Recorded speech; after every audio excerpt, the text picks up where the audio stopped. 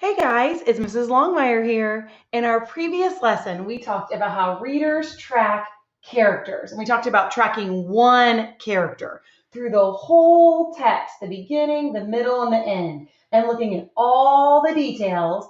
And we talked about zooming in and wearing our X-ray glasses and focusing on just one character and following that character all the way through the story and collecting details. The details that we talked about last time were what the character is doing, their actions and their reactions. And remember, we recorded them on a tracking sheet like this, where we tracked what Pete the cat was doing at the beginning, in the middle, and at the end. And we just wrote all the details about what he was doing. And then we also looked at Little Red Hen and tracked what she was doing in the beginning, in the middle, and the end. Well, today we're going to focus on another type of detail. It's what the character is saying. Sometimes characters talk in the story, either with speech bubbles or quotation marks, or some teachers call them talking marks, or like the little hooks that go around your mouth when you're talking. And those, so today we're going to look for what the character is actually saying. Okay, and so we're going to add that to our chart here, what the character says in their reading voice details. And sometimes it looks like speech bubbles, and sometimes it looks like dialogue or quotation marks. But that's what we're looking for today. So we're going to go back through those texts and look at what the character is saying. And we're going to track it much like we did using the same tracking sheet, only this time we're going to zoom in to what they're saying. So if I share my screen, there's the tracking sheet. And so we're going to, yes, last time we looked at what the character was doing. This time we're going to look at what the character is saying. So I'm actually going to circle that middle little guy there, saying that's what we're focused in on today. And I'm going to show you what this could look like, and then you're going to help me. Okay. And remember, if you don't have a printer to track that to print off the tracking sheet, you can just draw 3 big boxes and write the name at the top. Okay. So let's go back to our Pete the cat story. And we're going to look at what Pete is saying. Okay. So I'm going to do this. I'm going to let you watch me. Okay. All right. So it says, Pete is going to the pet store. He's going to get a pet. He wants a bird. I don't see any talking there. But then Pete sees a goldfish. That's what I want, he tells his mom. See those quotation marks? That's what I want. So that's what I wrote down. That's what I want. I wrote those words down. That's what I want. Because that is what Pete is saying. Let's turn the page. I'm going to call you Goldie, Pete says to his pet. And you are my first pet. So Pete is saying, I'm going to call you Goldie, and you are my first pet. He's talking to Goldie. So those are the words that I wrote down on my tracking sheet. I'm going to call you Goldie, and you are my first pet. Let's turn the page. And on this page, I see some talking marks. He says, now what? Asks Pete. He's talking about, what am I going to do now with Goldie? He wants to do something with his pet, and then he realizes he can't, so he's got to figure out what he can do. But now what? So I'm going to write that down. Now what? With a question mark. Now what can I do? Right?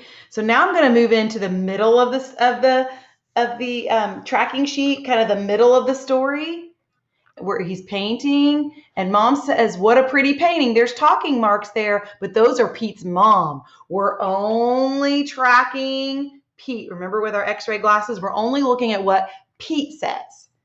So the next line, you can keep it, says Pete. So he's talking to his mom. You can keep it. He's letting her keep the painting. So I wrote that down. You can keep it. He's talking to mom. He's being nice, isn't he? He wants her to have the painting. And now Bob wants a painting. So there's some talking marks. Bob is saying, cool painting. Can you make one for me? But remember, that's not Pete talking. We're only looking for Pete.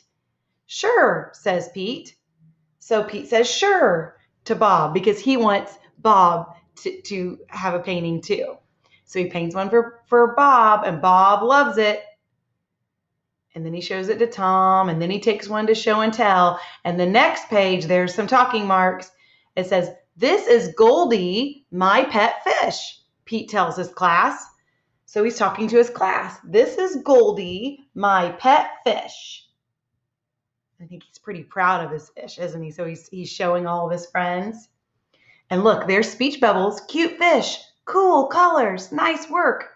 But those aren't Pete's speech bubbles, so I'm not going to record that because I'm only looking for what Pete says. "I wish I had a picture of Goldie," says Benny. There's Benny's words. "I'll make you one," says Pete. So "I'll make you one." Those are Pete's words. "I'll make you one." He's talking to Benny. So everybody that wants one, Pete wants to make them a painting of his fish, doesn't he? He wants to make everyone happy. Now Pete's grandma wants one, but I don't see any speech bubbles or talking marks, so I'm going to keep going. Don't see any speech bubbles or quotation marks. Everyone's getting a painting. Oh, here's some. See the quotation marks? "I don't know what to do," he says to his mom. So those are Pete's words. He's saying, I don't know what to do. He has too many paintings to make, and he doesn't have enough paint or time or anything, doesn't he? So he says, "I don't know what to do." Those are Pete's words. I don't know what to do. And then over on the other page, "I wish I could paint pictures for everyone. I just don't have time." So those are Pete's words.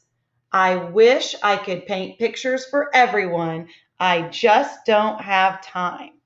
So those are Pete's words in the middle of the story. He's worried. He doesn't know what to do, right? Because he wants to paint pictures for everyone. He just doesn't have time or paint. So let's keep going. And Mom tells Pete something, and then Pete says, "Great idea." So I'm going to record that in the bottom section there for the end of the story. We're getting towards the end. He says, "Great idea." And he says it to Mom. He's talking to Mom. He likes her idea of painting a huge painting. So he gets busy and paints the huge painting, and then they take it all over town. But I'm not seeing any quotation marks or speech bubbles, but he's telling Goldie all about it. Okay. So we just recorded all of the things that Pete says in the story, and you watched. Are you ready to try it? Okay, I think we can do this. So now we're going to use the same tracking sheet. We're going to do the same thing, only you're going to get a chance to help me this time. And we're going to do Little Red Hen. Remember last time on Little Red Hen, we tracked what Little Red Hen was doing? She was cooking and shopping and getting butter and sugar and sprinkles and carrying cupcakes, all the things that she was doing. Now we're going to track what Little Red is saying. And so let's go to that book, and you're going to help me. Okay? Here we go. Get back to there we go. Little Red Hen. So the first page,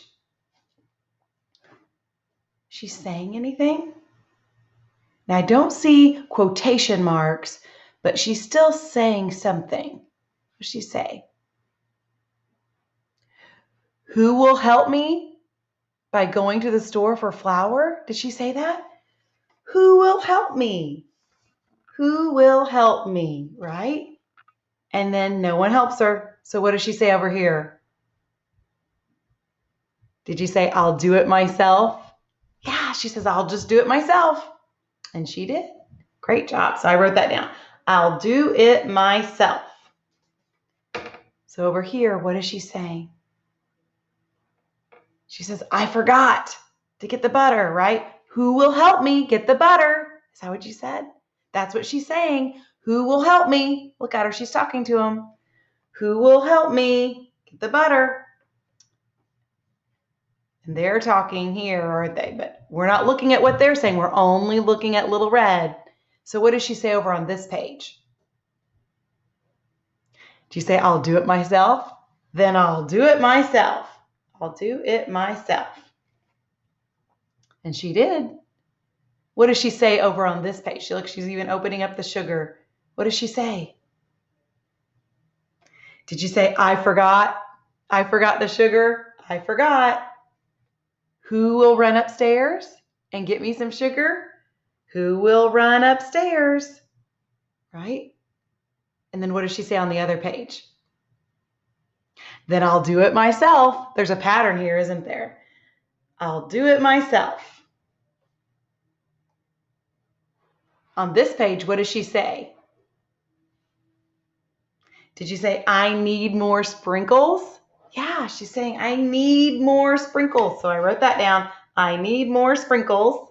What else does she say? Who will help me get the sprinkles? Is that what you said? Yes. Who will help me? And then over here she says, I'll do it myself.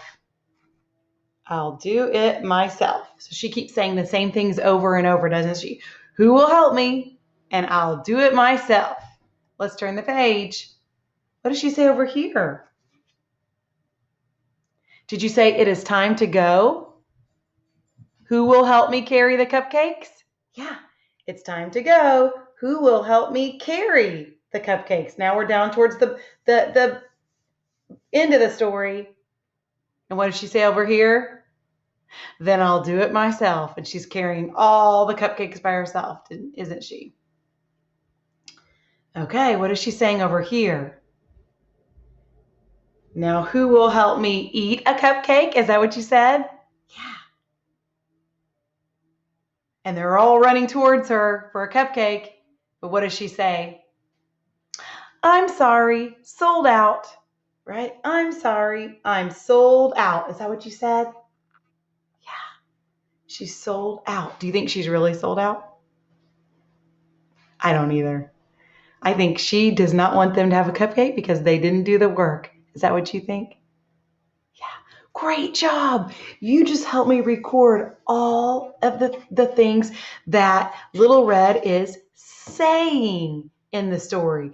Last time we did what she was doing. Today we were looking for her words, what she was saying. Great job.